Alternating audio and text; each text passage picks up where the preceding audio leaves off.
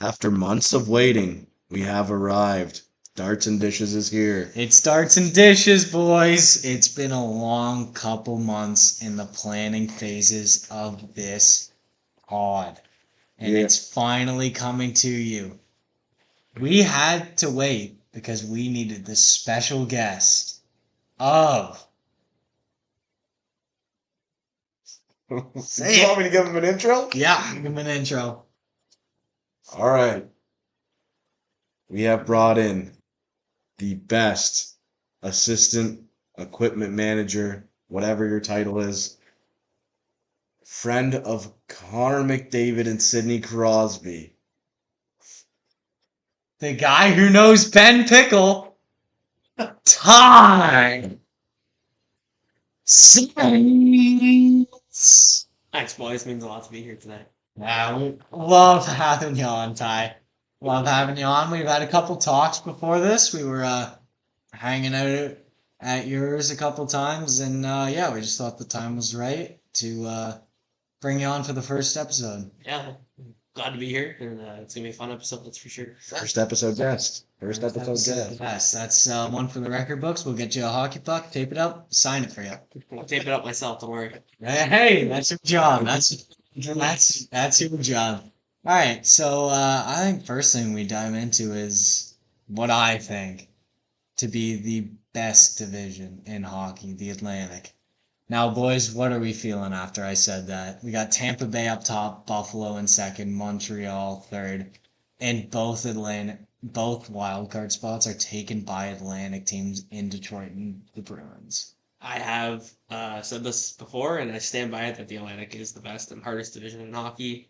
Some on this pod might not agree with that, might think it's essential. I'm not going to say names, but Well, it's Ty, definitely the Atlantic. well, Ty, if I'm saying the Atlantic is the best and you're saying the Atlantic is the best and you're not naming names, I think we got one guy left. So it's not that hard to figure out. The Central has the three best teams in the NHL. Cogs, I think you are overrating the Minnesota Wild. I think you are underrating the Minnesota Wild because I don't think they're the third best team in that division. Really? Yeah, you see, I used to be on the Minnesota Wild train and You were fake fan. I was primed to buy a Subway jersey here. You said fuck Charlie Coyle. Oh, that's his favorite player. He That- loves Charlie Coyle. Charlie Coyle. They brought him up.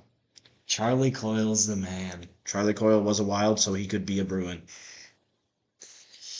Dude, Charlie Coyle from Minnesota walked so Charlie Coyle from the Bruins could run. That's how I feel. Be grateful. I also want to put this out there. The Buffalo Sabres are currently second in the Atlantic with 82 points. Man, They're tied with the Lightning in points. But I like them in the playoffs too. They feel like a playoff team. Ukko-Pekka Luukkonen, it might not be a playoff goaltender, but hey, said the same thing about a certain Edmonton Oilers goalie, and they made it to the finals. Which one? We went to Mike Smith got us to the conference finals, and Stuart Skinner got us to the finals. Well, let's be honest, Cal Card definitely helped. Yeah. He carried. He saved. He did. did. He came in when Skinner needed a little bit of help. All I'm gonna say, I made my playoff predictions already on my channel, my personal channel, Low Man. I have not like and uploaded it subscribe to yet. those videos. Have not uploaded it yet, but I made my playoff predictions. The Buffalo Sabres went deep. By deep, I mean second round exit. I think that if they can make it to the second round, that's a big step for them. It's been what? What's the year count? 14? Yeah. It's been around 14. Yeah. So to get into the playoffs is a big step for them if they can win the first round. Honestly, I'm gonna say this now: Canadians would definitely be at least a second round team. Oh, see, this is where I oppose you. I think the Canadians are frauds. No, I think that they have a good young core and that they can win a first round this year. That's the issue. They got a good young core. They do not have the veteran presence that they once had. The two hosts, Hayden and Logan, we were looking at the Boston Bruins remaining schedule, and honestly, I think the Bruins could take 14 out of their last 20 games. That's even on the low side. We were splitting games between Washington. We were splitting games between teams they have competed with all season. Like, it's really not a stretch to say that they might win 15, 16 of their last, especially with a lot of them being home games too. They're 24-8-1 in their home games this season. Now, granted, they're 11-14-4 in their away games, which is not great to think when you're going to be a wild card team in the playoffs. So you're not going to get as much home games early. Hey, So they could bump to 2 in the Atlantic. They get home ice round 1. I don't even hate Huge that for them. prediction. What I think with the playoff picture here, I think the Bruins slide up to third in the Atlantic. Detroit stays at 1 in the wild card, and I think that the Philadelphia Flyers are honestly a wild card 2 contender. I think they got a good team over there. Ty? I don't know if Philly's going to be ready for the playoffs this year. I don't think they can catch up, and I think it's going to be hard for them to even compete in the first round. I feel. I don't think they're quite ready. I think that they can be there soon. They did. They had a good young defenseman and got rid of Bobby Brink, so I think he'll help them in the future. But I don't see him in the playoffs quite yet. Well, yeah, I don't think they're going to be a good playoff team, but I think they're going to be competing for that wild card spot with Columbus and with Montreal. I think that is going to be the 3-team fight for the wild card. Washington Capitals, obviously, they were sellers at the deadline. They didn't pick up anyone. I personally think that Ovi is retiring at the end of the season. I think he's already announced that. There's a good chance he announced that, and I just missed it. I don't think he did. I don't think it's like a clear announcement, but I think They were talking about it has hinted at it. But that's after the just, John Carlson trade. well, that's my prediction. I think like outside of Ovi and John Carlson, that team is young. That team is a decently young team, and I think Washington wants to hit a quick turnaround. So I think Ovi told them he's done at the end of the season, hasn't got out yet, and they thought to get rid of John Carlson while they can, keep Ovi for the remainder of the season and have him be a cap for life, and start fresh, 2-year turnaround for them. And then I think they're in a wild card spot 5 years from now. I think they're in a metro spot with Carolina and Islanders, and I think Pittsburgh's out of there. How do we think about another guy retiring this year, having a great year of Kenny Malkin? Kenny Malkin. I'm gonna be honest. Back to the Ovi thing first here. I think Ovi's gonna leave the NHL, but he's not gonna retire. He's gonna go play in the KHL for a couple of years. You think he's gonna hit a Yammer Yager? I think he will. He started in the KHL, and I can see him being the guy to finish it there. See, Kenny Malkin could be a guy to go back to the KHL as well. A lot of Russians do want to go back. yeah. But it's hard to say. I bet you if him and Ovi got to be close over there, there's a chance we could see them playing in the KHL together in a year or two. I feel. Guys with cups. Yeah, honestly, I don't think it's that's crazy to say both being Russian. not a crazy shout, especially with Russian Olympics not being with Russians not being in the Olympics anymore. That would be cool to see if you have Ovi and Kenny Malkin in the very back end of their careers playing together, because they haven't done that in a long time. Maybe get a little Kuznetsov in there. He's still in the I KHL. I think Kuznetsov's too addicted to the nose candy to even be a thought for a team in the KHL. They're under the table money. That under the table money is going right to other under the table money. And Shout out Brendan Leipzig. and he's getting a kilo, boys. He's getting a kilo. He's in. That's feels like me with a 30 rag. That's gonna last you about 5 days, and it's not. It's gonna be a bender of the 5 days. We're But 9 minutes into our podcast where we're talking about cocaine. yeah, hey, It's a big turn. It's a quick turn. It was bound to happen. But Kuznetsov's a great player. He was great in the NHL. Had a rough last couple years in the NHL, but I think he was unreal. And I just like to talk about the Capitals with their run of Kuznetsov, Ovi, and Oshie. Those guys with their franchise, like that's just unreal. I think all of those guys are maybe outside of Kuznetsov. I think Kuznetsov misses, but those two guys are definitely top 100 players in the NHL all time to me. I think Oshie was always one of my favorite players. He was great, especially that Olympics. where he had that TJ shootout. Sochi. TJ Sochi. He is, I think he's a top 100 player of all time to me. That's definitely a hot take. The hottest take that will ever be on this podcast. No. They're gonna be hotter. Oh, buddy, just wait for 2 more beers and we're going to get some hotter ones here. Just wait. All right, I got a question for you guys. Who's taking the Titanic Award? Who is taking the Titanic? Who's Well, we already have the Rangers at 56 points here, so they're pretty bad. That's not the Titanic, though. We're talking about the bottom of the Atlantic. Yeah, definitely the the Leafs. Titanic. That's definitely gonna be the Leafs. Florida is there with them, but I think Bobrovsky can steal more games. You know what? The more I think about it, the more I think that the Panthers are going to lose more games than the Leafs. I think the Leafs are way better right now. The Panthers just don't have their chem like they did. Swinging back to what Ty said, Bob has a 873 this season. Still more confident in Bob than the Leafs goaltending this year. You know what? I agree with that. Dude, the Leafs goaltending, shout out Spit and Chicklets, but I've heard Biz talk about this like a deranged idiot. Like Biz idiot himself saying that they have a 3-headed monster in goalie and all 3 of their goalies with Stolars, Hildeby, and tell me, what was the last one? Wall. Wonderwall. I just about broke out in song. Shouldn't do that, else this is going to be a 90-minute video. But I heard Biz Idiot say that they got a 3-headed dragon over there, and I think that is just off the nose. It's right there. They got some decent goaltending. None of them are going to be any good in the playoffs. We saw that when the Bruins faced the Leafs in the playoffs 2 years ago. Like Wall was just not good enough. That was the only one of the 3 that was there, though. Yeah, hey. Dennis Hildeby is going to be an NHL Dennis All-Star. Hildeby is in the AHL. He's going to be an NHL All-Star. He's 6'7". He's got the frame. He's got the abilities. He's got the vision. I'll be honest. He could. Maybe he has potential. I haven't watched enough of him, so I can't say he won't be, but I think he needs to get out of Toronto.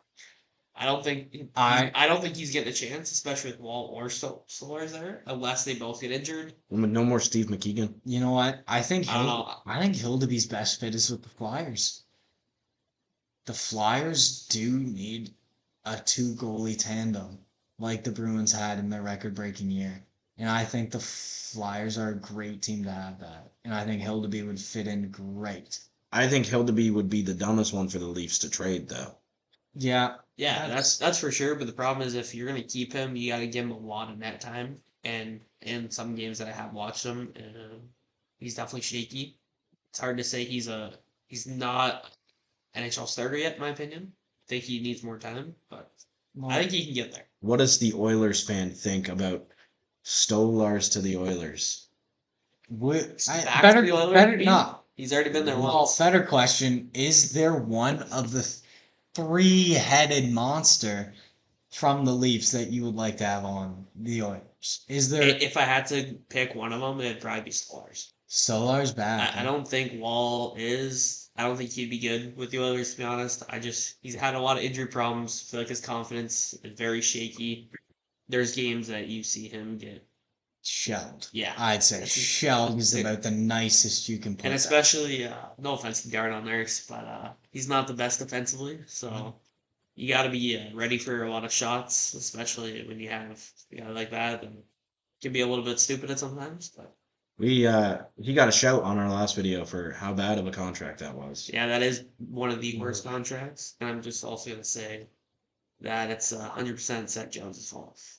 Because he signed, and then Nurse signed his extension after, thinking he was better than Seth Jones. So, well, you know what? I would just like to swing back to something real quick. Togs, you said that the Leafs trading Hildeby would be an insane mistake by the Leafs. You are simply forgetting the people that they have traded away. What are their recent trades? Fraser Minton and a first top 5 protected to the Bruins. I thought you were about to bring up the Tuukka Rask. Tuukka Rask? He said recently. Well, I thought we were talking goaltenders. Well, even goaltenders too. Tuukka Rask for Andrew Raycroft. Bruins got the better end of that deal. They got their guy. Little bit of a rage monster. I can respect that myself as a goalie. Sometimes I get a little pissed too, throw my stick, Tuukka Rask style. But like the Leafs have just been not on it recently with their trades. Traded for Scott Laughton for a first and a prospect, right? Nikita Grabankin. Yep. Nikita Sergevich Grabankin. And then they deal him a year later for a third-round pick. Like, it was that terrible asset management. Was that year in a shade worth that much? Like, you're a year and 3 days. Yeah. Well, you're dropping 2 rounds and you're not getting a prospect back. And then to the Bobby McMahon, you're only getting second. I do think that they were very much looking to get rid of Bobby McMahon. And the second is the best they could do. They waited till the absolute last minute. It dropped at like 6, 7 p.m.? It was in the queue for that one.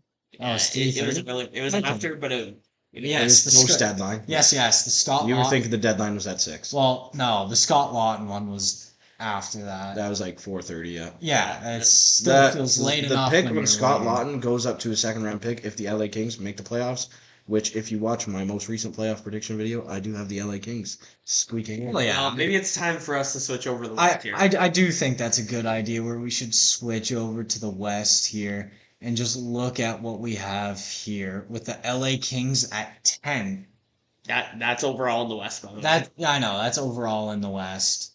But I think with their ads, I think they're definitely quite a decent team. Kevin Fiala. That loss sucks for that team because if they have him, they're going to make it second round, even third. I think that team is really, really good. Don't run into the Oilers. Just don't. As long as you don't play them in the first, just avoid them, please. Like, honestly, the LA Kings, you haven't been like good since Click was your goalie, and how many goalies ago was that?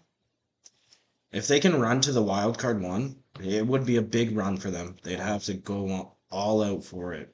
But if they can run up to that wild card one, and they get up against the Ducks or even the Golden Knights, I think they got a good chance in that series. You have the Breadman now as well. Exactly. That's what I mean with like their deals that they've been making. That's a big addition, and that's definitely a scary one. Being a fan of a team in the same division, having to deal with them a little bit more. The no Perry leadership though. It's all right. He was just gonna get bounced in the first round to Edmonton anyways. He's going back to the warm weather. Go back to Tampa. He probably still has a house there. Yeah, honestly, I don't blame him. You know what? Hey, he's getting up there, and he wants to really make sure he gets into the playoffs this year. Well, yeah, he had his run in the 10s. He made his bread. It's time for him to relax somewhere nice and warm, and I think that place is Tampa. It's a nice spot. He's done. He's definitely done at the end of this year. Doesn't he have another year in his deal? Thought he signed a 2 year. He's got to be done. Like, I do not see him playing another year without him being scratched 50 games. But Corey Perry's a competitor. I could see him being scratched 30 times a year and not giving a shit. How many games have you watched where Corey Perry's playing? Where Corey Perry has played? Yeah. I have watched so many of those Ducks games that I never wanted to see him out of his prime. I hated Getzlaf, loved Perry. Perry was What do we think about a Bobby Ryan? I love Bobby Ryan. He was a great player. Yeah. Bobby Ryan, same division for me, but man, Bobby Ryan was a sick guy to watch. And somebody who I think of when I think of Bobby Ryan, exact same prime. How about Pekka Rinne? That guy. He had a little bit longer of a prime than Bobby Ryan, to be honest. A little bit longer, but it started right around the same time. If you want to talk about someone who had a short prime that played with him, Kyle Turris. Kyle Turris. What a name. Oilers legend. He was a great player on the Senators. Also played in the Predators as well. Yeah, I was going to say. Hey. He was a Predator. Yeah. Uh-oh. Hey now, G-Mac.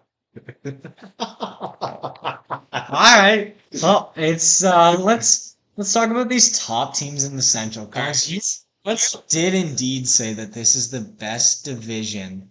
They have the 3 best teams in the NHL. They have the 3 best teams in the NHL. Okay, It does have a heavy fall off after that. Like Utah's all right. They're in there. Utah's a young team, and I don't see them as a bad team, but I also don't see them as a team that can do very well. See, with the Atlantic, for me, I think it's more about the depth. Colorado, what'd they do last year? They lost because they play in the best division in the league. Yeah, and Florida, what did they do last year? They won because they play in a weaker division. And weaker is absolutely weaker insane. is crazy. This is also the guy who just said that yes, the top 3 teams are in it, and then he admitted that there's a fall off in this division. Yeah, because I'm saying the Atlantic is the 3 best teams in the league. It doesn't even matter if you got the 32, 31, and 30.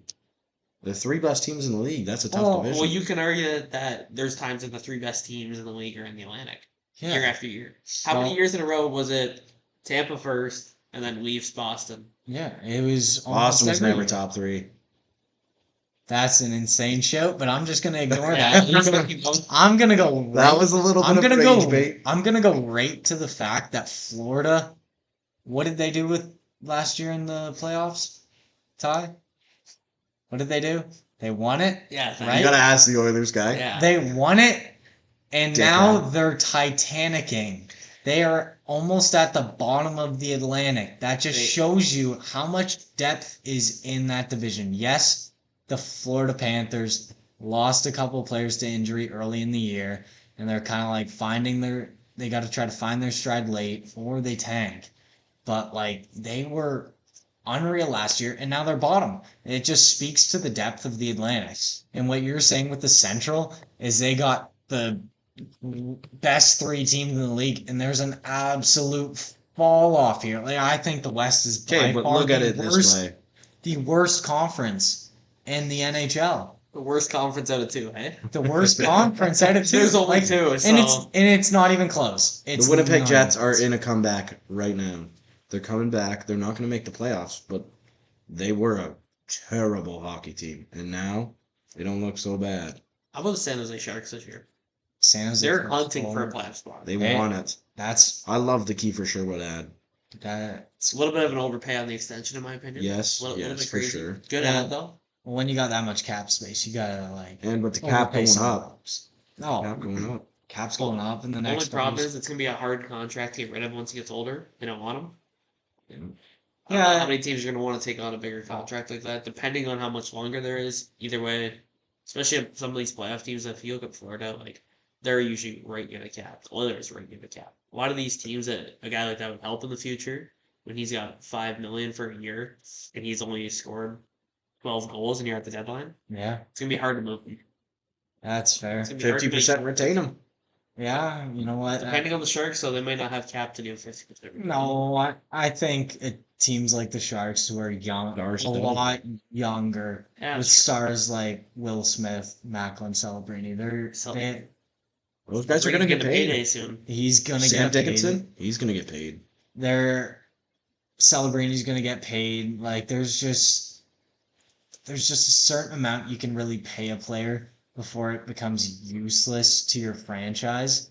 And I think if you stay around that number, you can definitely build a squad that can go deep in the playoffs. Yeah. What, not to bring up the Bruins again, but we're on the West here. Their franchise-setting thing. They traded for some pieces, stayed right around the cap. Yes, they got bounced in the first round, but they set the record and they stayed right around the cap. And I don't think it's that outrageous for other teams to do though? Yeah. Do you get a cup ring for the record? You do not, but according to the New York Rangers, you definitely get a banner hung up in your arena. For some reason, natural though, their banners. Oh, dude, it's both of them. For some reason, the most mid teams want to toss up banners for President's Trophy winner. Who gives a shit? Do something in the playoffs. Shout out Bruins for winning, or for having the best all-time season by an NHL team. Ty, you watch every game. What is the main problem in Edmonton? Is it the goaltending or is it the defense? I mean, there's a little bit of both. I think adding Connor Murphy is definitely going to help our point. It's a good right-handed shot. Definitely got he knows what his role is, and he's admitted to it. It's shutdown and some penalty kill time. But when your tandem right now is Tristan Jarry and Connor Ingram, it's definitely a little questionable. You never know what you're going to get. I've seen nights where they're both lights out. They have their nights where they are elite goalies, and they have their nights where they let in a lot. Do you think an ad like Jason Dickinson takes some pressure off that defense core? It definitely helps. And if you look, he played like I saw a stat, I can't remember exactly, but a lot of his time on ice is against the top two lines. And McDavid and Draisaitl are constantly doing that, so it definitely is going to take some pressure off them. Adding a guy like that to your third line who can shut it down definitely adds us good depth. A guy like Colton Dock, young player, he hopefully can have a lot of upside here soon in Edmonton, and Man, hopefully we see it happen. I really do think that Colton Dock has a great upside to I him. think he does as well. We I think like people hate on him a bit too much. we saw it with Kirby Dock. Like they show similar skill, and they are both pretty good players at the moment. They just need to develop and get to that top six. They're not at it, I've but watched Colton Dock play about 35 NHL games now, and I don't see this star potential you guys are sounding like you're talking about. I never Like, said star. if you I I never do said see third line wing grind it out, muck it up, and kill penalties. You're telling me a guy like that can't play top six with either McDavid or Draisaitl I or think that Nugent Hopkins. I think he's what better suited in a third line role. I Come think playoffs, I can see him playing in that top Throw him six. with I can't skate Adam Henrique. I had an Adam Put him out there Henrique with stick growing up. That's Jason an all-time Dickinson? shout, and that's something I'm embarrassed about. I'm gonna be honest. I think Henrique's now the fourth line center with Dickinson taking the third line role, unless you move Henrique to the wing. But if you look at the Oilers' top six, like you can easily slide a Doc in there to kind of help drive a little bit of a power forward to a line like that. Yeah, that's What do you think about Vasily Podkolzin? Oh, I love him. It was a Yeah. great trade. He's been 10 times better as an Oiler as he was with Canucks. If you look at his stats, I guarantee you they show it's better. Like he's a really good player, and he's also on my fantasy team. So Hey, like him good, there. That's a Yeah, good shout. he likes to fill the staff. That's for sure. Yeah. Oh, yeah. No, what I like switching now. How do you guys feel about the trade deadline? In my opinion, there really wasn't a team that went out and loaded up with either great top six players or great picks. Like it was kind of let's trade role players, let's trade third round picks. Like I really didn't see any huge improvements in teams, whether they're trying to get better in the future or trying to be better now. Yeah, it definitely wasn't the best deadline. Like you said, it was a lot of just teams adding depth and selling. There wasn't really big buyers. The biggest name, a lot of the bigger names happened before the deadline. Panarin got traded before the Olympic break. Grayco said, "I'm not moving." That would have been another big name. I would have been like All these other names that people are like could get traded. They don't. Like Well, Nazem Kadri did get traded. That was one of the names. Well, yeah, I was gonna say, let's just think about the top two names. It was John Carlson, it was Nazem Kadri. Those two guys are aging out of their stardom. I personally think that the Avalanche wanted to go all in, but I heard a rumor that the Calgary Flames owner stepped in and blocked the trade, and so they worked tirelessly for 24 straight hours on this trade. I believe that if it didn't take so long, Colorado would have went all in. They brought in Nick Waugh, first and a fourth, I think it was, and they brought in Nazem Kadri. They did get him a little bit retained, but I think they were asking for too much, and that cheap owner, he was not having it. Hey, Calgary's starting the very freshest they can. Yeah, Mackenzie Weegar's gone. Like Rasmus Anderson's gone. You really can't gut a team any more than you have right now without fully tanking for a Sarnia Leigionnaires 0 points. Like you can't. And that was a team that refused to rebuild for a long time. Yeah. Leach. Well, yeah, that too. But the Calgary Flames, they knew they needed a rebuild, and they were dead set on retooling. And trades like the Huberdeau trade didn't work out. The trade last year for Frost and Fairby, they thought that was a steal. All of a sudden, Farabee has 6 points in 25 games. I thought Morgan Frost was going to be a good I addition. love I Morgan Frost. think he had a lot of upside. I mean, he can still hopefully turn around a little bit, but and you also have to look. Calgary's got one of the best young goalies, and he's just sitting there. Yeah. He won AHL goalie of the year a couple times in a row. Like Dustin Wolf, it definitely sucks for him because now he's the piece that they're building around, and that's kind of it. And if they would have rebuilded with Kachuk leaving, Goudreau leaving, RIP, if they would have rebuilt at that time, then Dustin Wolf's coming up with a core. They would have had some good picks. They would have had some good prospects coming up. Now they have nothing for him to play with. They have Hunter Buchnevich. That's not the greatest. That being your best prospect, that's not a very good look. They did trade for a guy, Brandon Hoffman, friend of the show. Friend of the show or friend of you? Well, that's the same thing. We're the show, right? Sure. Sure, we'll call it that. Maybe we'll have him on one time. Got traded for a guy that we actually got to watch play. Jacob Pataglia. Yeah. That's his name. Yeah. Plays for the Flint Firebirds currently, and we watched his game. He honestly struggled that game. I believe he had 4 PIMs, 0 points. Right rattled. He got traded right before the game. Oh, he found. I mean, I don't think it rattles a guy like that too much. Yeah. How much does it rattle a CHL player though? He's not. Is he even signed? No, it's. Yeah. Is he signed? I wasn't sure. He is. Okay. Well, I think it did rile him up. He really showed nothing in that game from what I saw. Because we were definitely looking closely at him because we saw the news before, looked it up, found out all the details, and yeah, like he really did not produce for that Flint Firebirds team in that game.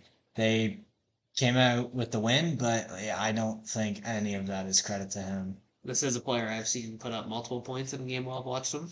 And it stood out a lot. And a lot of players do have their off nights, but a guy like him, I believe Aspinall is also a New York Rangers pick.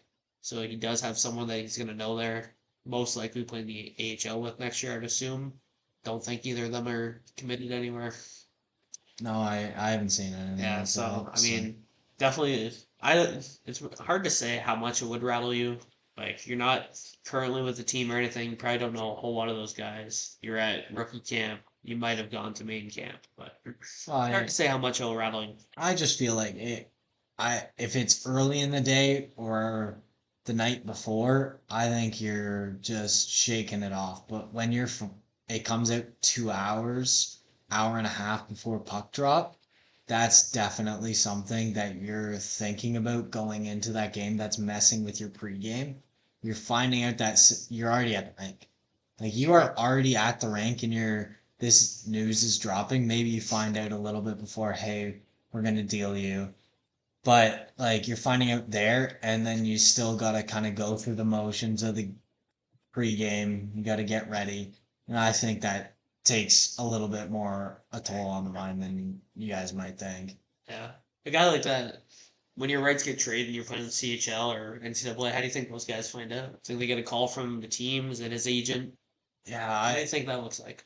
I'm honestly thinking it's more of the agent coming out and saying that. Like, if you're one of those CHL guys that gets dealt, unless you're very high pick, I don't think the GM or whoever is talking to you outright when you're traded. I think it's going through your agent and you're finding out there. And like, even if your AirPods in, like on the bike, getting ready for a game, playing against a team that's wanting to win, wanting to get into the playoffs, hungry for it, and you get a call from the agent.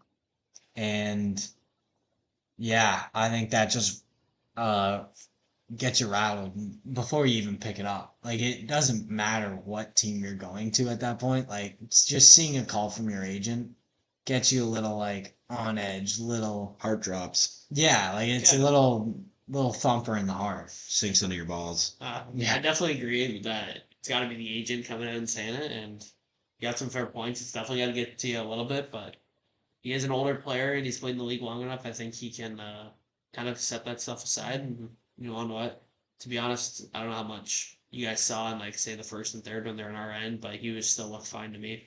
Just because he didn't have points and a couple pims doesn't mean it's a terrible night. Yeah, that's fair. I feel like I was being a little hard on him there. Like he he contributed to one of the goals, I believe. He was on ice. I believe he was like a +1 in that game. He definitely drew away some Sting players on the play that he was on the ice for the goal. So I wouldn't say he had the worst game, but it definitely looked like he was not 100% dialed in there. Yeah. How can we not talk about the Xavier Jaworski goal? Oh, we talk about man, this game. we're swinging. What a shot. It was a crazy shot from a crazy low angle, and he picked it. Also, looking at his stats, he was -1. He had 2 pims and a shot on net. But I honestly, I thought he still played a fine game for getting traded day of. Yeah, for getting traded day of, he was fine. Just not what you'd expect from a player of that caliber to be playing in a game. Yeah, when you get traded That for means something. when you get traded for an NHL player and you're just no picks attached to you, you're just a OHL guy, and you get traded 1-for-1 for a guy that's been playing in the NHL all year. You know, you got some value to your name there. Yeah, I mean that hits your mind for sure, and it's like, even if you're a player in the NHL, you get traded for a pick, you're like, wow, I'm worth this, or wow, I'm worth this.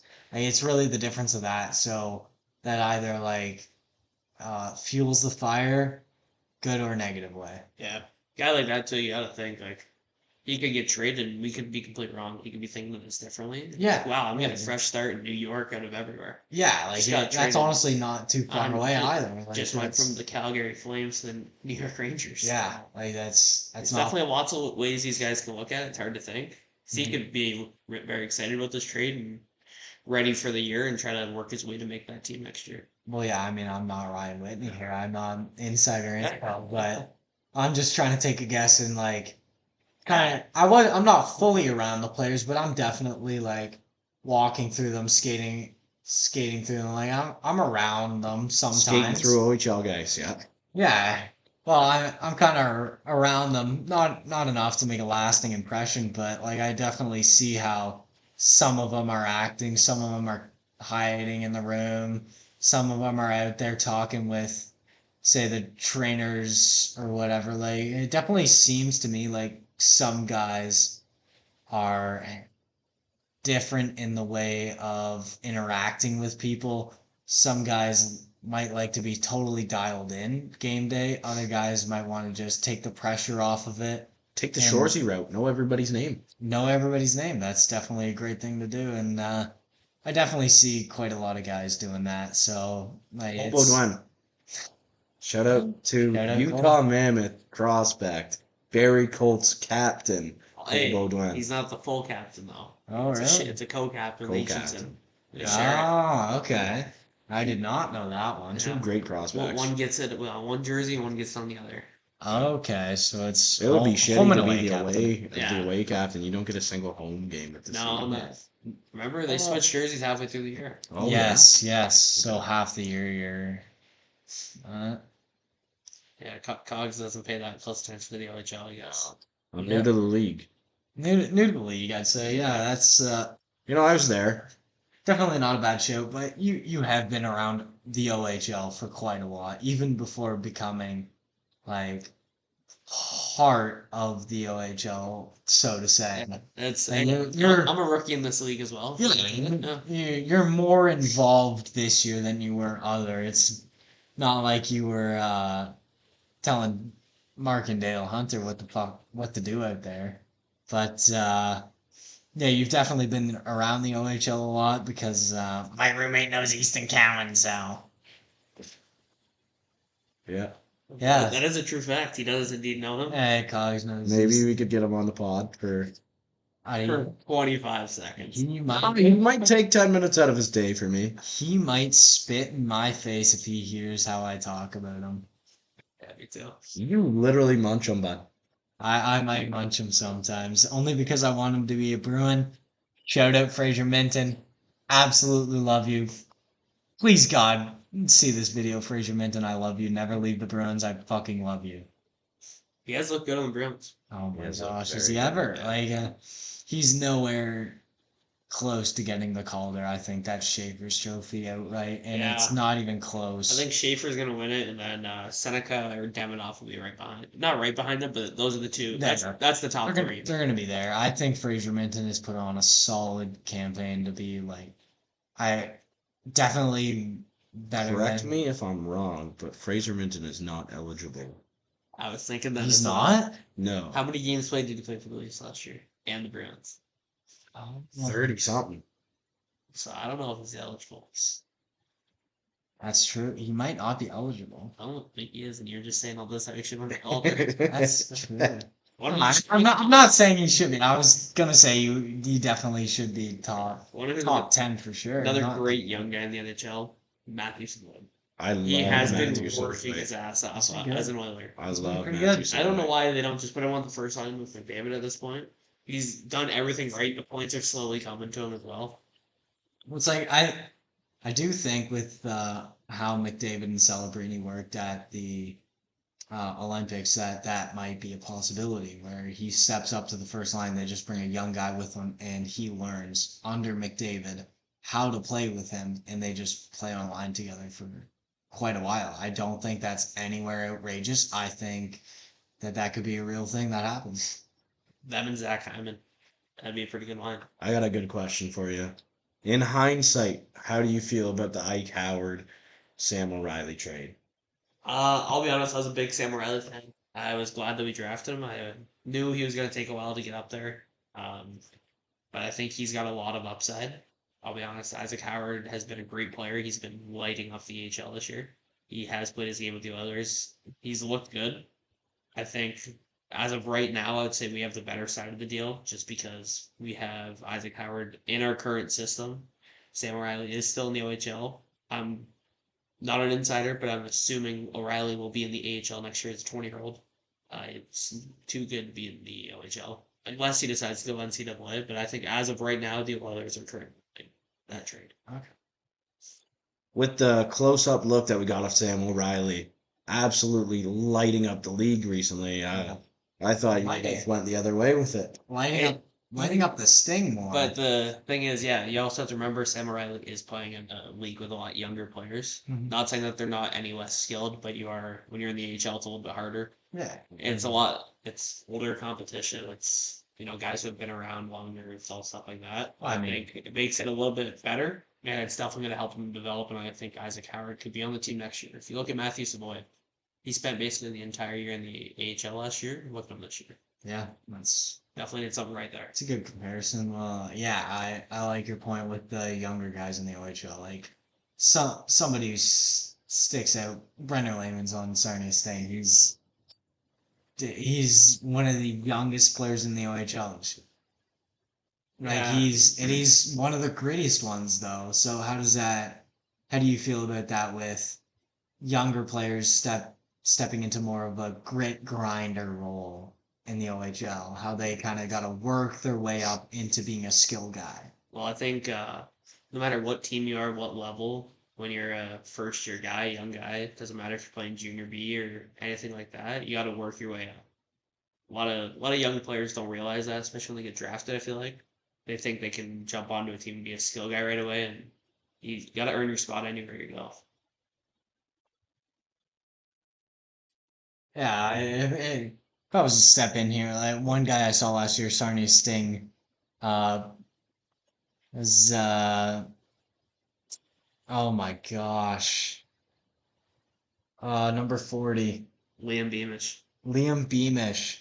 He was a dog last year. He was so good. He was grinding out everything in the corners, setting it out front for Zach Vilak, and like that was just one guy that I thought would really flourish this year, and he just hasn't really been that guy for the team. He kind of forgot how to be that gritty player in the corners. He's kind of floating.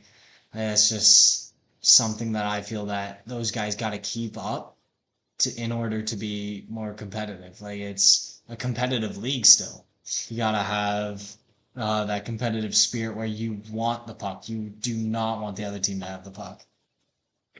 Yeah, it's a lot of leagues are like that, and if you look at the GOHL, it's a league that's got a lot better, a lot more competitive, and lots of players have came up in the last couple of years to the OHL, and some have even been drafted. You got some guys going U Sports. It's another league that's kind of the same. That you want to always have your gritty edge. Mm-hmm. Last year, if you look at the Legionnaires, they had a young 17-year-old named Carter Fogarty who worked every game and set a rookie record for the team for most points. Then this year went to the OJ for I think about 12 games, lit it up, and now is playing in the QMJHL. So it's just another role that if you keep working, you can get up high there. That's a player who also went undrafted in the OHL. Yeah, there you go. Cogs, you want to speak to that OHL, GOHL comparisons there? How do the two leagues differ? Oh, the GOHL is catching up a little bit. They're now the official feeder league, Yeah. which I love that they partnered with them because that's what the OHL needed, honestly. It's nice to see all these guys playing together that a lot of them nowadays, like you see it in Chatham, they got a lot of Saginaw guys together. And it's nice to see those guys get to grow together and then move on to the next step. There's teams like Strathroy that still have all these different players. They got a few. We got London. They got Nats. They got Sarnia guys, or Knights. Yeah, we knew what you meant. Nats. But yeah, it's good that they're now the feeder league, and they don't quite have assigned teams, but pretty close. Yeah, you definitely see, like you said, at Chatham. We always see a lot of Saginaw picks go there, and clearly the two teams have a good connection. And Saginaw that feels confident and comfortable setting their picks and players there that they know they're going to be developed right and ready to come up, and whether it's in the same year or the next year. Yeah, if any of you guys want to speak to this, I just gotta ask this. How do you guys feel about the players growing together with that feeder team? Like, say, Romain, Jaworski, they were both on the Legion at one point together. And how do you feel that's going to work if or when these players step up to the OHL teams? Do you think that'll have a positive impact with their progression with the team? Yeah, I think it definitely would have a positive. Like your guys like that, it's a little bit different being a forward and a defense, but you start building chemistry for them, especially when you got if you look at Strathroy, they have Hickson and Ritson. They're two Knights picks, both playing together. If they both say make the Knights next year, at the end of this year, they go up with them. That they're already going to be close buddies. They play with each other, and that's something that an OHL team will like. They have that chemistry on and off the ice. They know where each other are. Yeah, that immediate connection. Yeah, it immediately helps. And it is a big jump. So having a guy like that, where like you have that connection already, and you do the jump together, it just makes it a little bit more simple. Simple for each player. Yeah, but you just got friends. Like that's kind of what it boils down to. You just got friends on the team. You feel more comfortable. Then you feel more relaxed. You can play better. You're not stressed about whether you might get traded. You might get dropped back down to the GOHL. Yeah, I think that's a good way to put it. But with the OHL in the Western Conference, Saginaw and Sarnia are battling it out for the last place team to make the playoffs in the West. I believe Sarnia's last game of the year is against Saginaw in Saginaw. Well, I believe they have one more game. I believe they Saginaw have 2 more games. I think Saginaw's playing right now. I think Saginaw also does come to Sarnia one more time. Yeah, they got 2 games against each other. They got 2 games against them. The last game of the season being away. That might be the decider for the Western Conference. We'll see. Who do you guys think? Saginaw 5-1 loss today. That's big. Definitely helps Sarnia. Well, yeah, they jumped 2 points on them, so closing that gap. Saginaw does have 1 game in hand, though. I messed up. I was looking at Friday. Saginaw won 75. Yeah. Okay. So definitely, it's you need to win every game as a Sting, and not every game's easy. If you look like we had a game against Lone Sound last night, and it was, I don't know if you guys watched it all. I did watch some, but it was definitely a close game there. It went to overtime. Yeah, that's a good example. I just want to hear your three difference makers for Sarnia and three difference makers for Saginaw when they meet twice this year, twice at the end of this year. Who do you think will really make the impact in these late games? We want like a team like the Sting. If we're looking, it is a little bit of a younger core. Yep. They definitely need they know everyone knows their role on that team, and the players know when points are big and when they need to step it up. And we've seen it happen. And obviously, goaltending is a big thing that I feel like every team has gone through. That their guys get hot and guys get cold, and obviously you look at some of these top teams who have two elite goalies and they can have a good night every night. And not that the Sting don't have good goalies. They're every team in the bottom here. They have good goalies. It's just it's hard. It's hard. You're playing against top teams like when we just played Kitchener and Erie in the same week. It's a rough week on everyone. With Windsor coming up. With Windsor coming up as well. Yeah. Back to Kitchener soon. Yeah, that's definitely a tough draw at the end of the season. But if you look at a team like Saginaw, they got great young talent as well. They got great guys that are draft eligible this year. They got some older guys that can definitely go play Division One or NCAA in another year or so. I mean, I think Saginaw might have a little bit of an older roster. I'm not 100% on that, but they do have a great young Russian centerman helping that team. Zilkin. Zilkin, yeah. And when you have enough star power that you're struggling to find a spot for a guy like Brody Najim, shout out to Brody Najim, great player. It's hard to compete against that. Yeah, they got depth, and the West is definitely it's a hard division. If we take a look at the top 5 teams, if you're like you got Kitchener, Flint, Windsor, Sioux, London. Like Guelph's going to be really good next year. They're hosting the Mem Cup. They definitely went for more of a team next year than this year, but they're still locked in there at the 6th seed. Yeah, that's honestly what I like about the OHL. The top 8 teams per conference move on, and that just means like there really is no really bad team in there. The teams that are not great are gonna miss. The teams that could be like the March Madness, like they could be March Madness move-ons here. Like they could upset a 1, 2, 3, 4 seed. Like and you don't got the same playoff matchups every single year. Yeah. No, it's always true. Different. And the other thing with the OHL that's nice is with the players, obviously being younger, you can only be 16 to 20, and you can have only a couple 16-year-olds and a couple 20-year-olds. It definitely changes it. Like, you look at teams like Ottawa had a high pick in that last year draft. Peterborough had a high pick. They're 3 and 4 right now in the East. Sioux had a high pick. Like these teams are just moving up. Yeah. The Sarnia Sting had a high pick.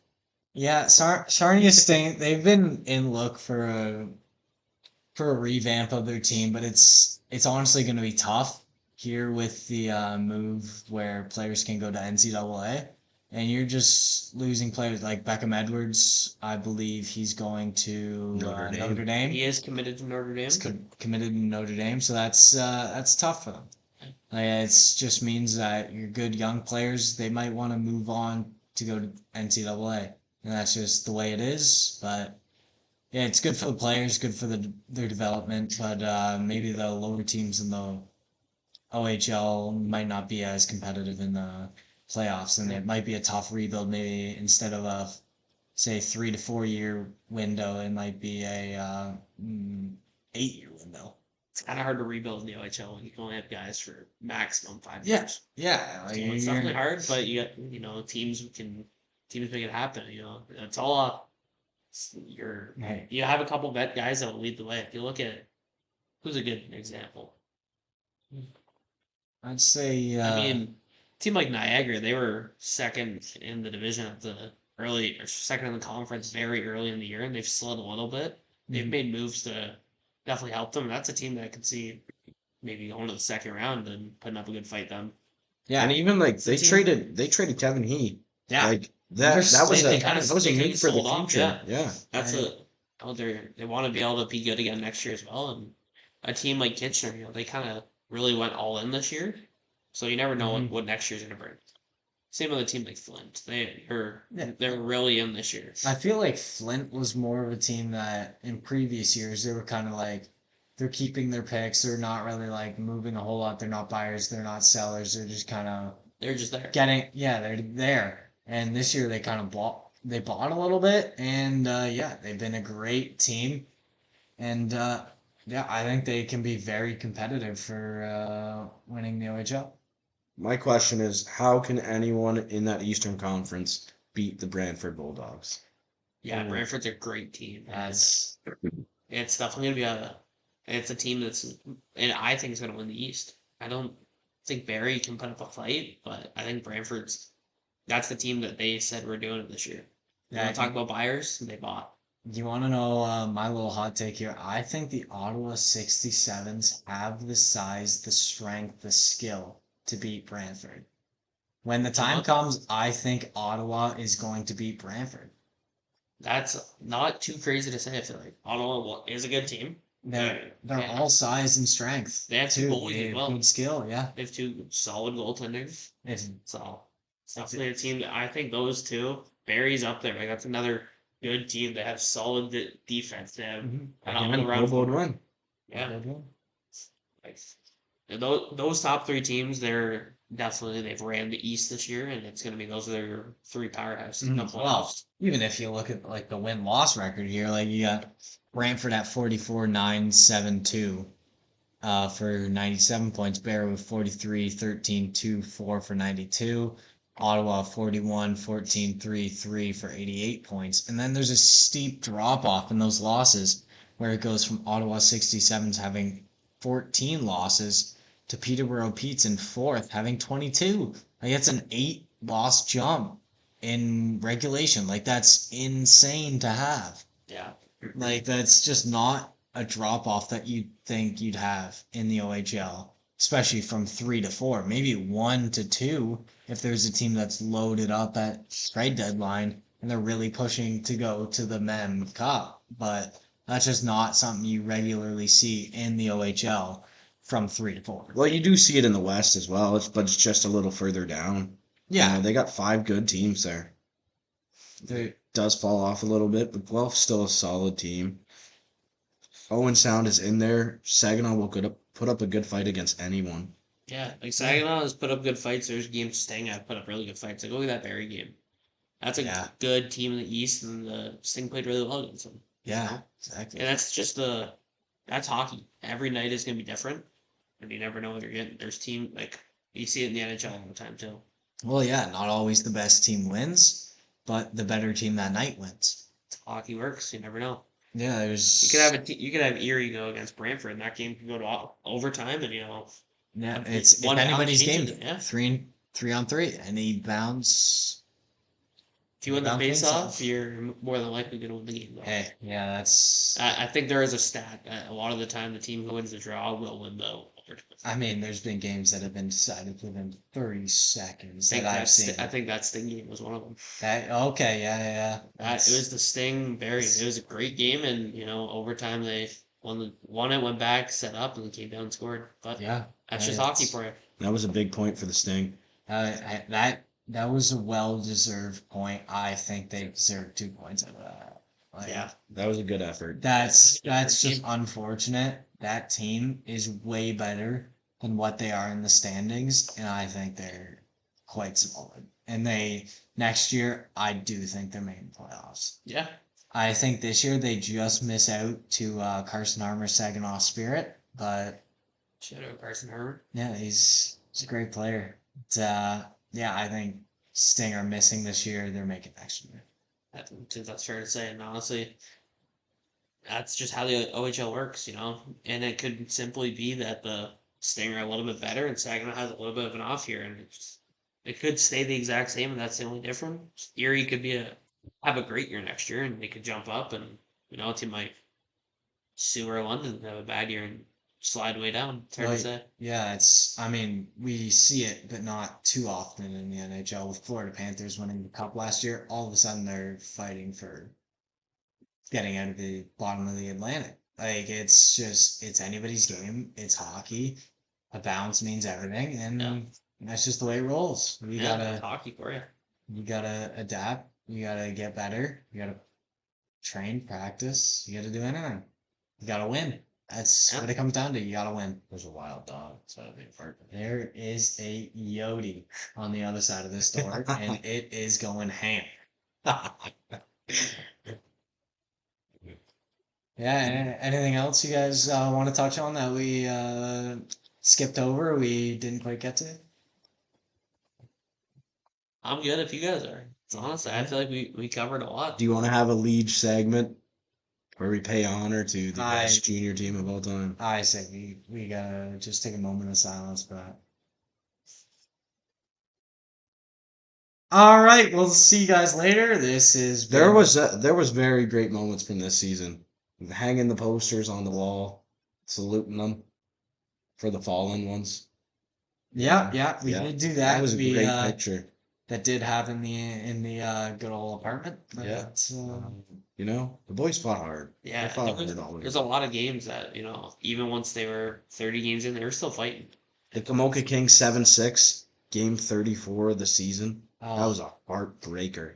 Yeah, but I went to a couple of their games this year, and there's lots of times that the scoreboard showed it a little bit different. They're still fighting. They weren't getting too stupid, taking bad penalties. They're just playing the game. I texted Colby Armstrong. I was like, "This is the game. This is the game." Kamoka Kings went into the third period winning. They fought back. Kamoka tied it. Sarnia took the lead again. Kamoka tied it with 3 minutes to go. Kamoka scored to win the game with 11 seconds. Honestly, that was the game that everyone was hoping there was at least going to be the point. Oh yeah, it's hard to go 50 games and not get a point. It's so hard. Like you could. It's hard to see. You could put PZD out there, and we're blocking 973 shots in the game, and we're taking the game to OT 0-0. Maybe not all of us. Not all of us. It's Mikey Walker. It's gonna be definitely blocking a lot of shots. It's gonna be 3 me's and 2 Mikeys with Joey in net, and we are laying in front of every puck. We might bring it to OT. We're in the PZD segment now. Are we doing a quick beer league segment and I think it's over? I think we could do. We could hit an hour 30 in this. We could hit an hour 30. We can hit a quick beer league talk. Oh yeah, we only got Before we, I think we really go. Before we go into it, we got to shout out what the actual team is. Before we move on from the Sarnia Leigionnaires, I just want to give a quick shout out. Andrew Galton, top 5 goalie in the Gouge. Not the Gouge anymore. Not so Gouge. Top 5 goalie in the league. He played his heart out every game, was consistently making 60-plus saves. Unreal out of him. Yeah, I mean... Second round pick in the OHL for a reason. It's hard, and when your goalie's doing absolutely everything he can to I think that deserves the first ever stick tap.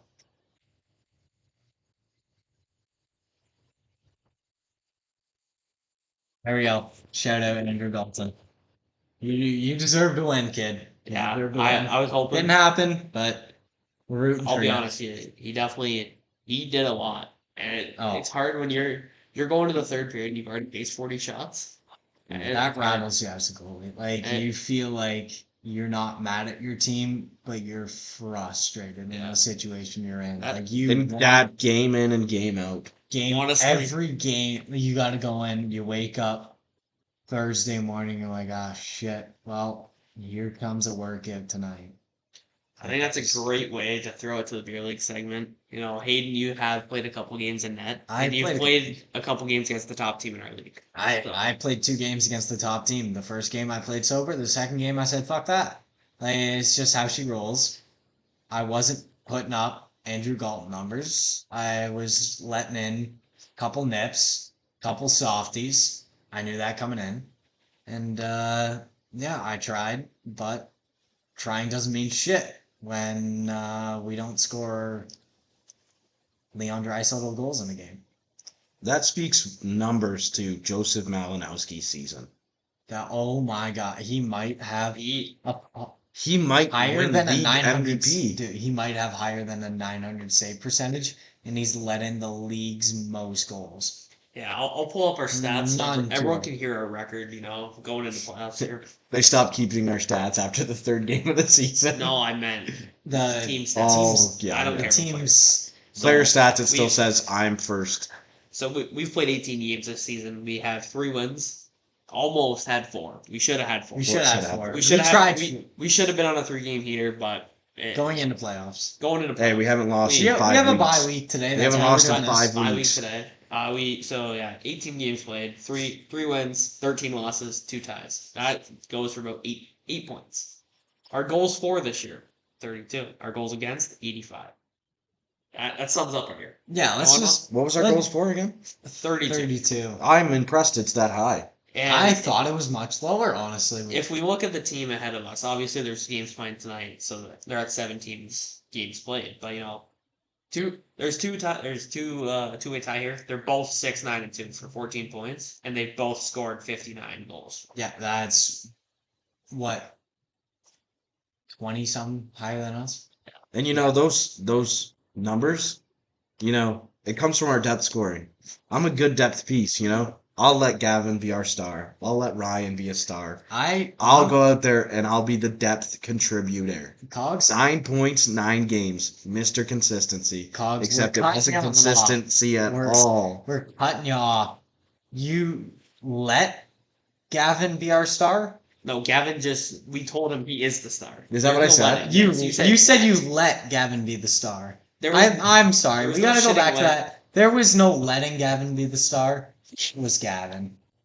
I'm also gonna put this out. No, but I let Gavin play his game. I'm also gonna put this out there. This is the guy. You weren't on the ice. This is the guy who's saying he does all this, but he also dropped past the puck to no one and gave the guy a free breakaway, and it would have been a goal if it wasn't offside. Hey, I'm Mitch Marner. I make stupid plays once in a while. I also we wish we also could trade went to you 5 years earlier. Also went to chip the puck, off the glass in the D zone, get it out, hits Cogs right in the back somehow. I don't know why you're facing the other way, but You know what? I don't remember this. yeah, I because think- you have 8 concussions. So I think this is Right. the time we switch away from gameplay because gameplay is going to get us into shit. We have 3 wins, 2 ties, and how many games played? 18 with 13 losses. There you go. Yeah, there's no Yeah. point in talking about gameplay. We're not going to get anywhere. I just want to say I shot it off Arnell's stick for the game's first goal and our first win. So I wasn't even there for that, sadly. it wasn't even there. Yeah, so let's just kick it over. What are we feeling for playoffs, boys? Honestly, I think the boys are buzzing right now. We had that, we had bad bounces in that last game. But like we talked about earlier, not always the best team wins the game. You know what? It wasn't even our starter in net. Yeah. It was our We haven't third lost string. in 5 weeks, boys. Yeah, it We was our... just lost last week. Yeah. We tied. No, we No, didn't. we We lost. lost. They scored to win with Oh, 30 yeah. seconds left. It felt like a 8 tie to us. concussions. We didn't care. It 8 should have been. concussions. You know what? It did nothing in the standings for us to win, lose, or tie. We just tried to go. We just tried to go for a win. Yeah, That's also we with- put the we just- third stringer in net. We put our third string in net. He We- played unreal. He did play unreal. Michael, you played unreal. Yeah, kid. shout out Mikey Walker. But we were also missing our top defenseman. Our goalie was playing forward on the Our first line. goalie was playing first line forward. We did bring out a ringer that helped us. Shout out Drew Bunda. But Yeah. game definitely. We were everyone played a pretty good game. I think We had that game for a while. Drew played well, but it does take time to adjust to the beer league. But he was Yeah. also out there with no cage, no visor, just straight ripping it. Might have been terrified. I was terrified for him. No, he seemed pretty comfortable. He is comfortable. This is also the guy who They're- said, "Sorry, I couldn't score. I could only score a one-hand tuck." But he was complaining he could only score a one-hand. They Yeah. also call DJK Fridays Bunda Fight Nights. So Okay. There we go. I think he's the Max Holloway of PZD. So, BMF. I don't care if he lost to Charles Oliveira. okay. Baddest motherfucker Cogs in the are UFC. cut off, man. Who do we got for playoffs, boys? We got member bears. Hold up. I don't know if anything can change with the game tonight. Yeah, I think Someone told me that it could. I didn't think it could. I didn't think it could I either. think- I feel like it's either Kraken beers or 4th member and 5 are bears. the Okay, only well, two so that right can switch. now, we are playing member bears. Okay. But let me look at who plays. Yeah. Are we going to the game? Are we hitting the game? We honestly 8:45? Yeah, we honestly could. I don't. If think- it means something, maybe. Yeah. Okay. If Yeah, it we'll does- see what teams are playing.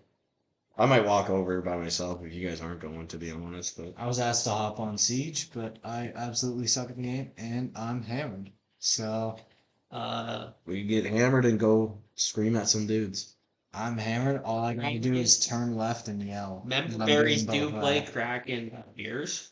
Just putting it out Oh, there. Remember Nine- Bears, nine- Kraken beers? 9:45. 9:45. We're hitting that. Oh, fuck, Ty. Hold on though. What's their head-to-head? Member Berries have 21 Are they 2 points. points? Member ahead? Berries have 21 points. Kraken Beers has 19. What's their head-to-head? Check their head-to-head. Where do I see their head-to-head? Tap on their name. You got to go through the whole schedule. And you gotta go through the whole schedule and look at what has happened in their matchups. No way you want me to do that. Yeah. Well, I could do it too, but I can't see straight. So what are we really gonna go with, Ty? Okay. Buddy, are we wearing our PZD jerseys to the game? Then I'd have to drive all the way to the other apartment just to get it. I think I got 2 in my bag. Yeah, I Ty. think Stacks is in my bag. You can wear Stacks. I don't know. I thought someone said in the group chat that it needs to be like a 10 nothing game. Yeah, I thought I saw like I think so Mikey- maybe goals for and against matter. But I don't think Mikey has that info. I thought someone put it in the group chat. But Okay. If it was anybody, if it wasn't Nate, it does not matter. Nate gets all the info anyway. yeah, but Nate fucks up all the info. Nate Literally fucks up the every info. single thing. So we cannot trust anybody. Yeah.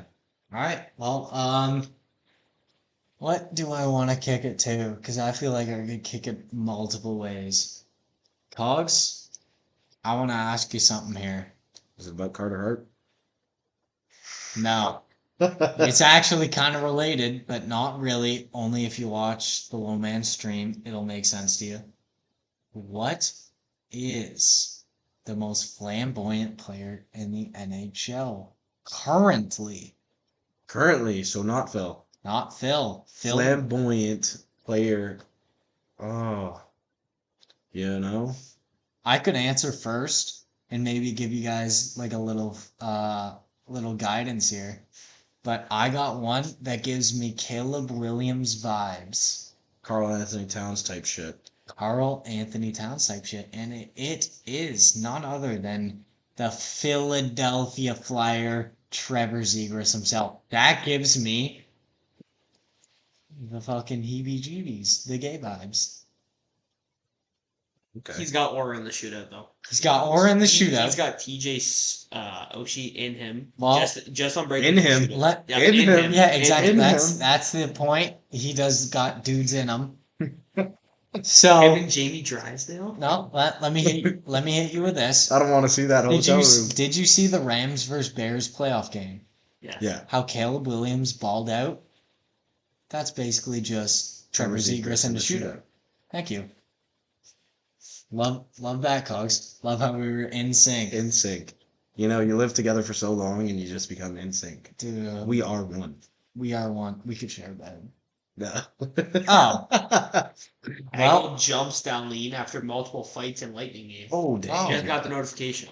okay. Breaking news. Breaking news. We got our first break. This ain't the Steve Dangle pod. This is our The Steve first Dangle pod, they always get those right after. breaking We got news. it right during. Brandon Hagel jumps Rasmus Dahlin after multiple fights in the Sabres. That's a Lightning. divisional game. That's for the division. That is That's for the that's a division. huge right? game. Yeah. That's a huge game. Let me switch on over to the NHL standings right now, and let me give you these numbers. Is the video out? Yeah, let's The get a video's live out. reaction.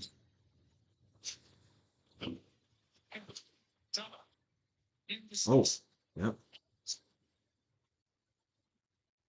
Owen doesn't want it. Oh, Hagel is jumping him. Oh, Hey! Oh my gosh! Oh my gosh! Oh, Luka! Coach, I got rid of him. here it is. Okay, let me just give this to you guys right now. Brandon Hagel just punched Dahlin in the face with both of his gloves on. What? Mid-play, the puck was sliding around, and Ukko-Pekka Luukkonen just jumped out of the net to try to get in there to defend his captain. Normally, you see the captain defending the goalie. I love that out of Ukko. Let me I butt in think- for a Now, second let's here. get- Okay, I was gonna say I think they're He real quick. He drops his stick. Hold on, real quick. I think that the Sabres are a third-round team in the playoffs. Rasmus Dahlin has got to be the biggest prick in the NHL for how often he is involved in something like this. I He think of Crosby- getting Malkin The thing slapped to the is- face. No, He got the Austin Matthews cross check to the head. So he is either the most unlucky player with where he is and when he's there, or he is the biggest prick. I think Underrated prick. hot take. I had a hot take earlier here, and I think my hot take now is that Dahlin might be the biggest trash talker or top 3 trash talker in the league. If he's getting jumps like this, like there's no reason that out of that Buffalo team that Dahlin is the guy to jump. He's the defensive captain. I feel like he plays a defensive all-around game too. Like he's not a huge goal scorer. He's just like a good defensive player. I think that Tage Thompson's the guy to go after. Like that guy on the team if you're going to go after somebody. So I don't know why Dahlin's getting this, but he has to be saying something to these guys to make even Austin Matthews want to hate him. Yeah. Like that's a guy that looks like he could be locked up with that stash. I'm trying to grow it out right now. I look like Austin Matthews. Like, it's not going well, boys. He's not going. Sabres were up 4-1. Tampa scored 3 unanswered, going 4-4 in the third period. You know what? I just want to shout out Brandon Hagel for that. Brandon Hagel has Hagel pulled a pins Cogs right now. move. Cogs got suspended from beer league, and the boys came back. Brandon Hagel tried to be like, You know what? That broke our... Byron got 12-minute pins, so I don't know if he was involved in that. He definitely went in after. But, yeah, I think Cogs played a great role even in that suspension that he had. I think that was the Where biggest he moment of my season. He rallied the boys. Nate said he's probably going, by the way. Breaking news. Nate is going to the game. Get Nate to take us. Yeah. But, yeah, I'll give you some beers. He has to drive home. I'll drive you home. They can drive you home. She's Darcy Dishes, boys. She don't matter. Anything flies. But, yeah, I think Brandon Hagel has to... Brandon Hagel pulled the Cogs move of the year and just got Cogs. Pulled the Cogs move. Cogs got sussied mid-game. He found out that he was going to get suspended after he called the ref a certain word. And we're not going to use it. That's probably going to be flagged. Let me get out there. It's not racist. Yeah, Okay. It's not that bad, but it's definitely not what It definitely targets a certain group of people, and I'm sorry for that, but this certain group of people might look like Michael Walker. he's not. Once again, not racist. Michael Walker is white. Michael Walker is very high. Sometimes I feel he just looks that way. Maybe he's a little peanut butter falcon. Chat, go search up peanut butter falcon. We're gonna leave it at that. I think that Hagel just pulled the Cogs move of the century. Cogs got us back in the game. I felt inclined to play for Cogs there. He's my roommate. I wanted to play my heart out for him. I knew he was getting sussied. I was gonna step in, but why the fuck would I punch the ref? So all I want to know is I'm the one who got the game clock to get stopped there, by the way. That's a good move. You're down 2 goals. Do you know what? And it wouldn't have been. It would have kept running. I want the most views on this video, but there's no way the PZD team listens this deep into this. So I just want to say we have the 3 highest hockey IQ guys on the team in this room right now. Like there is nobody else that is playing the game like us outside of a guy that I feel like is very underrated on our team, and that is Ryan. Yeah, Ryan's definitely a smart player. Definitely terrible on the face-off dot. Ryan does not win a one knock. He's great positionally as a center, but not the best in the draw, which isn't the end of the world. Gavin is a better face-off than Ryan, I'd say. Pods is the best face-off guy on the team. I'd say that. Like, I really don't think we have a great face-off guy on the team, but I think Cogs steps into the role of second-line center very well on our team. Cogs played 2 seasons of center in high school hockey in a very competitive high school hockey league, and he put up a 86% on the dot. I don't think anyone is pushing that. You know, there's a guy in the NHL who takes face-offs once in a while. He didn't even come close to that number. They offered to retire my jersey and not his.